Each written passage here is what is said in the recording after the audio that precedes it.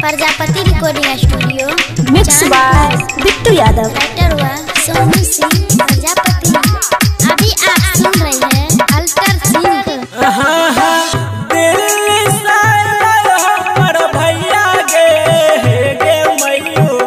राखी किनाय दे दिल्ली से हमर भैया गे मैयो राखी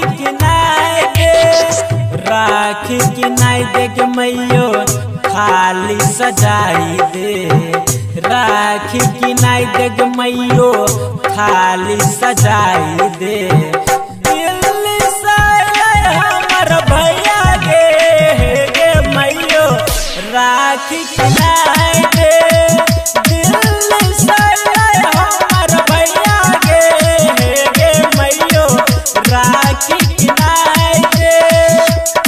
Prajapati recording studio Chandpur. Writer हुआ सोनू सिंह प्रजापति।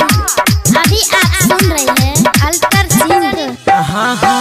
लीलरा सजैबै गे मैयो चावल चंदन दीप जलाई के करबै हम अभिनंदन रुस फूल कलबै हम रुपैया गे मैयो राखी किनाय दे दिल्ली से हमर भैया गे मैयो राखी किनाय दे।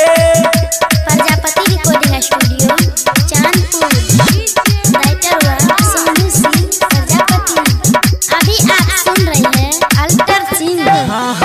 सब सहेली के मैयो कल के तैयारी हम हो छिए मैयो भैया के दुलारी प्यार सखी लाई मिठैया गे मैयो राखी किनाय दे